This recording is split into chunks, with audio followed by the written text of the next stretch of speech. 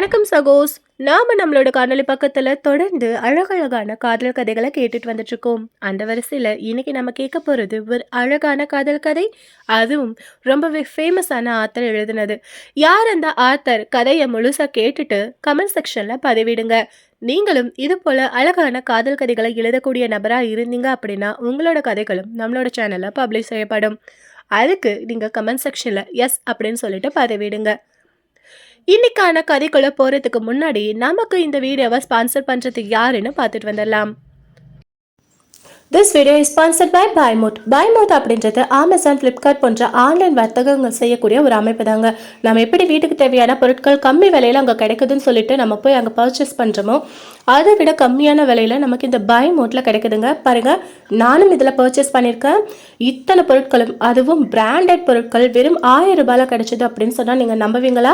அதுதாங்க நம்ம பைமோட். பாருங்க, இன்வாய்ஸ் காப்பி கூட கொடுத்துருக்காங்க. சொன்ன டேட்ல சொன்ன டைம்ல அதுவும் டெலிவரி பண்ணிருக்காங்க. ஸோ இன்னும் என்ன யோசிக்கிறீங்க? உடனே பைமோட் ஆப்பை டவுன்லோட் பண்ணுங்க, உங்க பணத்தை சேமிங்க. ஓகே சகோசினி, தொடர்ந்து கதையை கேட்கலாம்.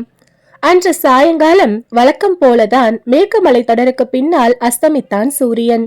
ஆனால் அப்போது சூழ்ந்து வந்த இருள் வழக்கமான இருளாக தோன்றவில்லை.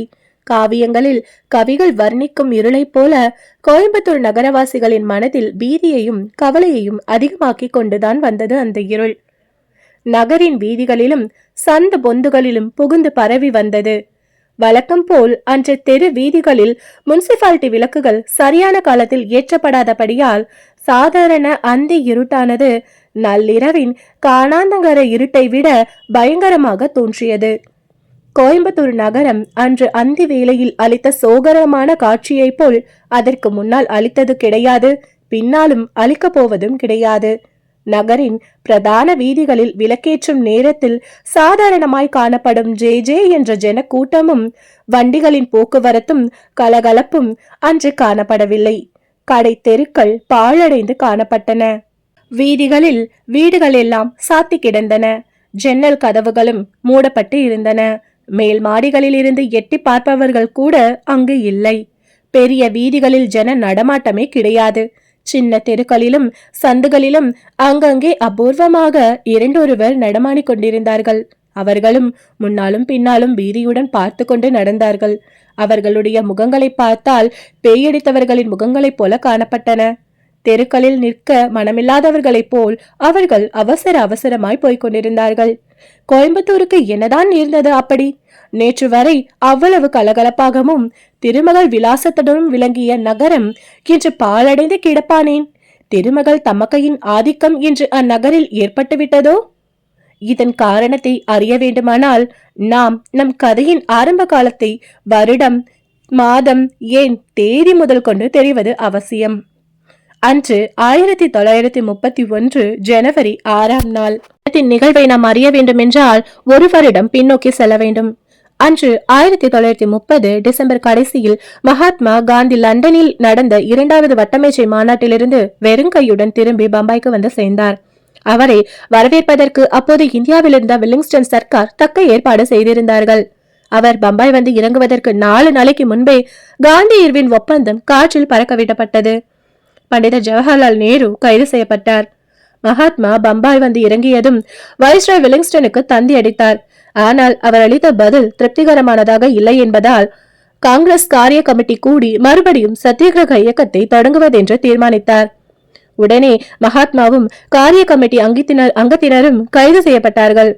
அதன் மேல் நாடெங்கும் 2வது சத்தியகிரக இயக்கம் ஆரம்பமானது. கோயம்புத்தூர் நகரிலும் அன்று ஆரம்பமாக இருந்தது. ஆனால் 1929 இயக்கத்தை வளரவிட்டது போல இந்த தடவை வளரவிடக் கூடாதென்றும் முளையிலேயே கிள்ளி எரிந்துவிட வேண்டும் என்றும் வில்லிங்ஸ்டன் சர்க்காரின் தாக்கீது நாடெங்கும் உள்ள அதிகார வர்க்கத்தினருக்கு வந்திருந்தது.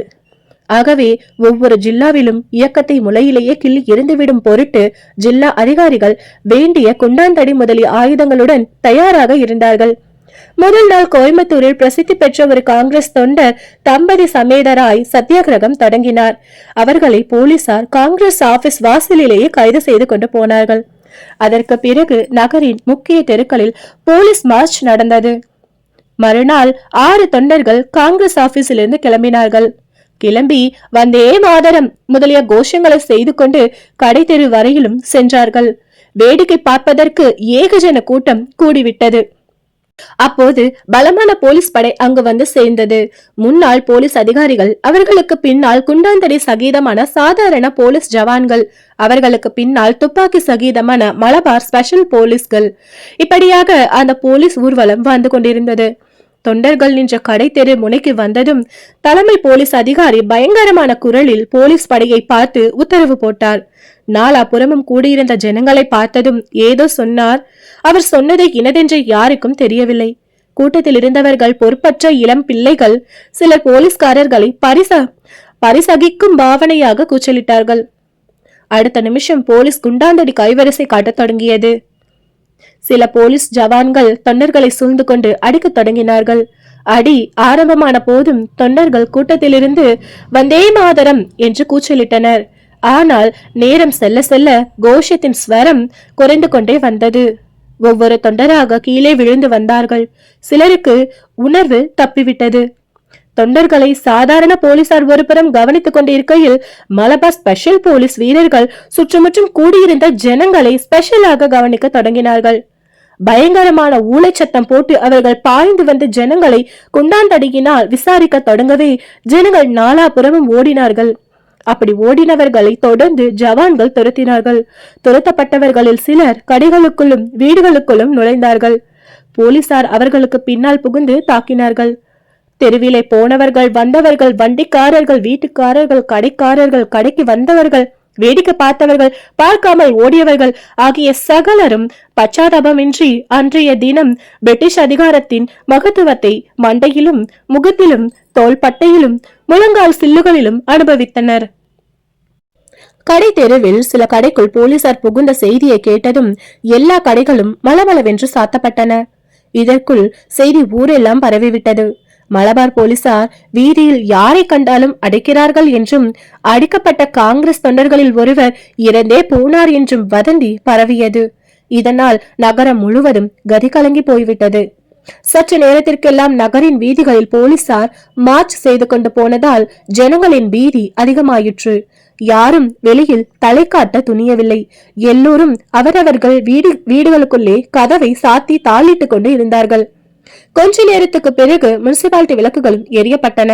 ஆனால் அவையும் பயத்தால் மங்களாகவே பிரகாசித்தது. இந்த மங்கிய வெளிச்சத்தில் அனுமந்தராயன் தெருவில் சுமார் 20 பிரயாயமுள்ள ஒரு இளைஞன் அடிக்கடி திரும்பி பார்த்து கொண்டே விரைவாக போய்க் கொண்டிருந்தான். அனுமந்தராயன் தெரு மிகவும் குறுகலான தெரு. இதில் வீடுகளை காட்டிலும் வியாபாரிகள் சாமானங்களை நிரப்பி வைக்கும் கிடங்குகள் தான் அதிகமாக இருந்தன. ஆதலால் சாதாரணமாகவே இந்த தெருவில் அஸ்தமித்த பிறகு ஜன நடமாட்டம் குறைவாக இருக்கும். இப்போதோ அந்த தெரு முழுவதும் சூனியமாகவே காணப்பட்டது. ஆனால் அந்த வாலிபர் தான் யாருடைய கண்களிலும் பட்டுவிடக் கூடாது என்று கவலையுடன் ஒளிந்து ஒளிந்து போவதாக தோன்றியது. அவனுடைய உடையை சற்று கவனித்தோமையானால் அவன் அவ்விதம் பயந்து கொண்டு செல்வது நமக்கு ரொம்பவும் ஆச்சரியம் அளிக்கும். அவன் கதர் உடை தரித்து தலையிலும் கதற்குள்ளா வைத்திருந்தான். அவன் தேசத்தொண்டில் ஈடுபட்டவன் என்பதில் சந்தேகமில்லை. ஆனால் அந்த தேசத்தொண்டன் எவ்விதம் இவ்வாறு பயத்துடன் ஒளிந்து ஒளிந்து செல்வான்? போலீஸ் தடியடிக்கு பயந்து ஓடி வந்தானா? ஆனால் தடியடி உற்சவம் தான் சாயங்காலமே தீர்ந்து போய்விட்டதே. இப்போது எனத்திற்காக இவன் இவ்விதம் பயப்பட்டு ஒளிய வேண்டும் என்ற கேள்விகள் நமக்குள்ளே தோன்றும். அதே சமயத்தில் அனுமந்தராயன் தெரு முனையை நாம் அடைந்தோமானால் மேற்பட்ட மர்மத்தின் ஒருவார விளக்கம் நமக்கு கிடைக்கும். ஆமாம், அந்த முனையில் 2 தடியர்கள் வீதி ஓரத்தில் நின்று மெதுவான குரலில் பேசிக் கொண்டிருந்தார்கள். அவர்கள் தோற்றத்தில் தடியர்களாய் இருந்ததும் கையில் தடி வைத்திருந்ததும் தோன்றியது. அதாண்டா போனா, வா போய் பார்க்கலாம். அப்படின்னா இன்னைக்கு அவனை தீத்தே ஆகணும். போயிட்டு சீக்கிரம் போய் அவனை பிடிக்கலாம், வா. இப்படி பேசிய தடியர்கள் இருவரும் தெருவுக்குள் நுழைந்தார்கள். அச்சமயம் தெருவின் மத்தியில் போய்க் கொண்டிருந்த இளைஞன் திரும்பி பார்த்தான். ஒரு முளையில் போடப்பட்டிருந்த விளக்கின் வெளிச்சத்தில் அந்த தடியர்களின் உருவங்கள் தெரிந்தன. அவர்களை பார்த்ததும் இளைஞனின் உடம்பு சிறிது நடுங்கிற்று. வீதியோரத்து இருண்ட நிழலில் இன்னும் நன்றாய் நகர்ந்து கொண்டு போய் அவன் மேலே விரைந்து சென்றான். ஆனால் கால் சத்தம் கேட்குமோ என்று அவனுக்கு பயமாயிருந்தது. ஆகையால் சத்தம் கேட்காதபடி கூடிய விரைவில் வேகமாக நடந்தான். 4 வீடு தாண்டியதும் ஒரு வீட்டுக்கு வாச கதவண்டை யாரோ ஒருவர் நிற்பது போல் தோன்றியது. அருகில் நெருங்கிய போது அவன் ஒரு வயதான கிழவன் என்று தோன்றியது. அவன் வாசப்புறத்திலிருந்து வீட்டு கதவின் பூட்டை திறந்த போதும் அந்த தேசிய உடை தரித்த வாலிபர் அந்த இடத்திற்கு வந்ததும் சரியாயிருந்தது. கதவை திறந்துவிட்டு கீழே விழுந்திருந்த கைத்தடியை எடுப்பதற்கு அந்த கிழவன் குனிந்த போது வாலிபன் சட்டென்று அந்த வீட்டு வாசலுக்குள் புகுந்தான். திறந்த வீட்டிற்குள் நுழைந்த வாலிபன் கிழவனுக்கு தெரியாமல் மறைந்து கொள்ளும் நோக்கத்துடன் சுற்றுமுற்றும் பார்த்தான். அந்த வீட்டு நடையில் ஒரு பக்கத்தில் மரப்பலகையிலான குறுகியான மச்சுப்படி காணப்பட்டது. மச்சுப்படியின் ஓரத்தில் கரியடைந்த அரிக்கன் விளக்கு மிக மங்கலான ஒளியை தந்து கொண்டிருந்தது. மச்சுப்படிக்கு பின்னால் ஒளிந்து கொள்ள முடியுமோ என்று பார்ப்பதற்காக வாலிபன் அங்கே போவதற்குள் கிழவன் உள்ளே நுழைந்து விட்டான். யாரடா அவன் என்று கிழவன் கேட்ட குரலில் வியப்பும் திகைப்பும் கோபமும் கலந்திருந்தன. ஆனால் அந்த குரலை கேட்ட வாலிபன் பளிச்சென்று திரும்பி பார்த்தபோது அவனுடைய முகத்தில் வியப்புடன் மகிழ்ச்சியும் காணப்பட்டது. பாட்டா என்று சொல்லி அவன் கிழவனை ஏறிட்டு பார்த்தபடி நின்றான். யாரது, மகுடபதியா என்று கிழவன் கேட்டான். அவனுடைய குரலில் இப்போது கோபத்துக்கு பதிலாக கனிவு தோன்றியது. ஆமாம் பாட்டா, நான் தான். இதென்ன அதிசயம் தம்பி, நீ எப்போ இப்போ இங்க வந்த? அது கதவு பூட்டில கடந்தது. நீ பூட்டை திறந்த பத்தியா, அந்த சைடு கேப்ல நான் உள்ள வந்துட்டேன் பாட்டா. ஆனால் அச்சமயம் கிழவன் முகத்தில் காணப்பட்ட தயக்கத்தையும் பயத்தையும் பார்த்தபோது சிரிப்பு வாய்க்குள்ளே அடங்கிவிட்டது. நீ விளையாடுறியோ என்னமோ தெரியல தம்பி, ஆனா அதெல்லாம் அப்புறம் பேசிக்கலாம். நீ இந்த வீட்டுல பெருக்கக்கூடாது, ஒரு வினாடி கூட இருக்கக்கூடாது, உடனே போயிடு என்று கிழவன் பரபரப்புடன் சொன்னான். மகுடபதி அப்போது பாதி விளையாட்டு குரலில், அதெல்லாம் முடியாது பெரியண்ண கவுண்டரே, நான் இந்த வீட்டை விட்டு இன்னைக்கு ராத்திரி போகவே மாட்டேன். அப்படி என்னத்துக்கு என்னை பார்த்து இப்படி பயப்படுற? நீ இந்த வீட்டில் நான் திருட வந்தியா என்ன? இதுவும் சொந்த வீடு தானே என்று பேசிக்கொண்டிருக்கும் போதே காலடி சத்தம் கேட்டு பேச்சை நிறுத்தி வாசலை நோக்கி கவனித்தான். வீதியில் நடந்து வந்த காலடி சத்தம் மனிதர்களின் பேச்சுக்குரலும் கேட்டது. பெரியண்ணன் ஏதோ கேட்க வாயெடுத்த போதும் கூட மகுடபதி தன் வாயின் மேல் விரலை வைத்துவிட்டு பேசாமல் இருக்கும்படி சமிஞ்சை செய்தான். ஏற்கனவே மங்களாக எரிந்த அரிக்கன் லேந்தரின் திரியை இன்னும் கொஞ்சம் சின்னதாக பண்ணி அதை மச்சுப்படிக்கு பின்னால் வைத்தான்.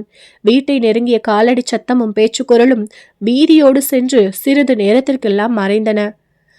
மகுடபதி பெரியண்ணன் கையை பிடித்து ஜன்னலண்டை அடைத்து கொண்டு போய் வெளியே சுட்டி காட்டினான்.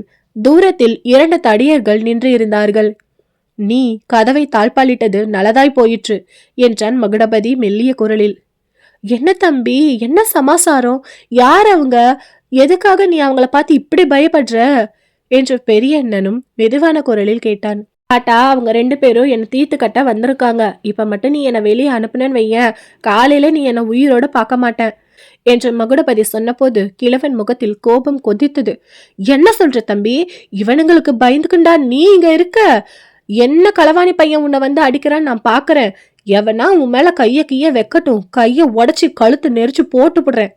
இதோ உடனே போய் அவனுங்களை நான் கவனிக்கிறேன் சொல்லி கதவை திறக்க முற்பட்டான் பெரியண்ணன். ஆனால் ஏதோ சற்று நினைவு வர உடனே அமைதியாய் இருந்தான். சரி தம்பி, நீ வந்துட்டு அதெல்லாம் இருக்கட்டும், நீ வேற எங்கேயாவது போய் தங்கிக்கோ, இங்க உன்னால இருக்க முடியாது என்று சொன்னான். ஆனால் கிழவன் பேசும்போது அடிக்கடி மச்சுக்கு மேலே அண்ணாந்து பார்த்தான். இந்த வீட்டுல வேற யாராவது இருக்காங்களா என்ன பாட்டா? ஆனா வீடு வெளியில தானே பூட்டி இருந்தது, நீ வந்து தானே கதவை திறந்த என்றான்.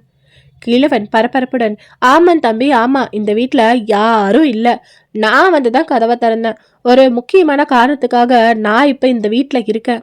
ஆனா நீ இங்க இருக்கவே கூடாது, தயவு செஞ்சு வேற எங்கேயாவது போயிடுப்பா. பெரிய மூடு மந்திரமா பேசுறியே பாட்டா. இங்க நான் இன்னைக்கு ராத்திரில இருந்தா உனக்கு என்ன நஷ்டம்? இந்த வேலையில என்ன எங்க போ சொல்ற? கொலைகாரங்கிட்ட நீயே என்ன மாட்டி கொடுத்துருவ போலயே. சி, என்ன வார்த்தை சொல்ற? முக்கியமான காரணம் இல்லாவிட்டா நான் அப்படி சொல்லுவேனா? நீ இப்படி பாடுபட்டு பதுங்குவதுக்கு என்ன ஆச்சரியமா இருக்கிறது? 50 பேர் சேர்ந்து வந்து அடிச்சாலும் மனம் கலங்காம நிற்பியே. இப்படிப்பட்ட நீ அந்த 2 களவாணி பயல்களுக்கு பார்த்து பயந்துட்டு இருக்க? இத கேளு பாட்டா, நமது தமிழ்நாட்டுல திருவள்ளுவர் ஒருவர் இருந்தாரே, அவர் ஒன்னு சொல்லியிருக்காரு அப்படின்னு சொல்லி அவர் ஆரம்பிக்கும் போதே பெரியண்ணன், அதெல்லாம் இப்ப பேசுறதுக்கு நேரம் இல்லை, நீ கிளம்பு என்று சொல்வதையும் கூட பொருட்படுத்தாமல் அஞ்சுவது அஞ்சாமை பேதமை, அஞ்சுவது அஞ்சல் அறிவார் தொழில் அப்படின்னு சொல்லியிருக்காரு. அதாவது பயப்பட வேண்டிய விஷயத்துக்கு பயப்பட்டு தான் ஆகணும். பயப்படாம அசட்டு தைரியத்தோட நம்ம இருந்தோம்னா அதெல்லாம் வேலைக்கு ஆகாது. இப்ப இந்த வந்திருக்கானுங்களே இந்த குண்டாந்தடிங்க, இவனுங்க சும்மா போலீஸ் ஆளுங்களோ கிடையாது. இவங்க ஒருத்தர் சொல்லி ஏவி விட்டு என்னை கொலை பண்ண வந்திருக்கிறவனுங்க அப்படின்னு சொன்னான். அது சரி, இன்னைக்கு என்ன நடந்தது தம்பி? ரொம்ப கலாட்டாவாமே, போலீஸ்காரங்க ரொம்ப அக்கிரமம் பண்ணிட்டாங்களாமே, ஊரெல்லாம் கொல்லுன்னு போய் கிடக்குது. காங்கிரஸ் தொண்டர்கள் செத்து போனது வாஸ்தவம் தானா? இதுவரைக்கும் ஒருவர் சாகலப்பட்டா, ஆனா அந்த கண்காட்சிய நீ பார்க்க கொடுத்து வைக்கலையே. காந்தி மகாத்மாவினுடைய ஆன்ம சக்திய இன்றைக்குதான் நான் பார்த்தேன். கொஞ்சம் கூட ஈவு இறக்கம் இல்லாம பச்சாதாபம் இல்லாம போலீசார் என்ன அடி அடிச்சாங்க தெரியுமா? ஆனா காங்கிரஸ் தொண்டர் ஒருத்தர் கூட ஓடல. அத்தனை அடி வாங்கின போதும் வந்தே மாதரம் வந்தே மாதரம் என்று கோஷத்துடனும் மகாத்மா காந்திக்கு ஜே மகாத்மா காந்திக்கு ஜே என்ற கோஷத்துடனும் சொல்லிக்கிட்டே இருந்து 30 அடிக்கு மேல அந்த தடியடி வாங்கினதுக்கு அப்புறம்தான் கொஞ்சம் கொஞ்சமா மயங்கி கீழே விழுந்தாங்க. ஐயோ, கேட்பதற்கே சகிக்கலையே, அப்படியே அடிச்சாங்க பாவிங்க. நல்ல வேளை நீயாவது தப்பிச்சு வந்தியே. என்ன அப்படி சொல்ற பட்டா? எனக்கு என்னன்னு நினைச்ச? நானும் சீக்கிரத்துல ஒரு நாள் தொண்டர் படையில சேர்ந்து போகத்தான் போறேன். அதற்காக இன்று என் உயிரை காப்பாத்திக்கணும்னு தான் நான் இவ்வளோ பிரயத்தனப்படுறேன். ஓஹோ, அப்படின்னா இன்னைக்கு நீ சத்தியாகிரகத்துல சேரலையா தம்பி? பின்ன எதுக்கு இன்னைக்கு நீ கோயம்புத்தூருக்கு வந்த?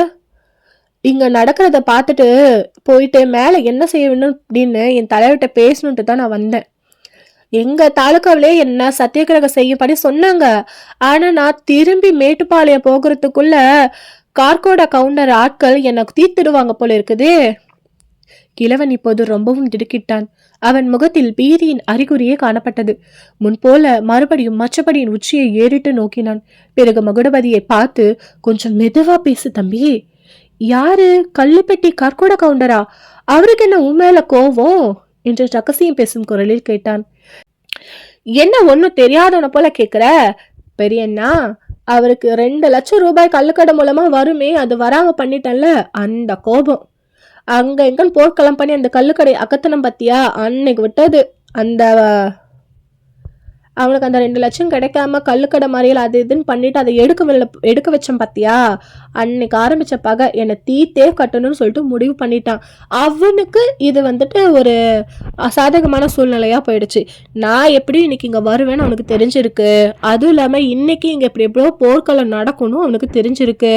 இங்க வர என்னைய குண்டாந்தடிங்களை வச்சு, அதாவது அவனோட ஆட்களை வச்சு என்னை கொன்னுட்டா அந்த பழி போலீஸ்காரங்க மேல போயிடும். அவன் மேல கேஸும் வராது, தப்பிச்சிடுவான். அதை சாக்கா வச்சுட்டு என்ன இன்னைக்கு கொலை பண்ண ஆளுகளை அனுப்பியிருக்கான் அப்படின்னு சொல்றான். இதை கேட்ட அந்த பெரியன் ரொம்பவே வியப்படைஞ்சு பாக்குறாரு. பேசிட்டு இருக்கும்போது மச்சுப்படியில இருந்து தேனிலும் இனிய ஒரு பெண்ணோட குரல் கேட்டது. பாட்டா, நான் எவ்வளோ நேரம் இங்கே நிற்கிறேன், நான் இங்கே இருக்கிறதே நீ மறந்துட்டியா? என்ன அங்கே லொடலுடன் பேசிகிட்டு இருக்க அப்படின்னு ஒரு குரல் கேட்டது. யார் இந்த பெண்? அவருக்கும் மகுடபதிக்கும் அந்த தாத்தாவுக்கும் என்ன சம்பந்தம்? தொடர்ந்து கேட்கலாம் அடுத்தடுத்த அத்தியாயங்களில். அதுக்கு உடனே நம்மளோட சேனலை சப்ஸ்கிரைப் பண்ணிக்கோங்க, கூடவே இருக்கிற பெல் ஐக்கானை ப்ரெஸ் பண்ணிக்கோங்க. உங்களுக்கு இந்த கதை ரொம்ப பிடிச்சிருந்தா லைக் பண்ணிக்கோங்க. அதோட உங்கள் ஃப்ரெண்ட்ஸ் அண்ட் ஃபேமிலிக்கு இதை ஷேர் பண்ணுங்க. மீண்டும் அடுத்த காணொலியில் உங்களை சந்திக்கும் வரை உங்களிடமிருந்து விடைபெறுவது ஒன்லி காதல் ஸ்டோரிஸ் வித் மஹி.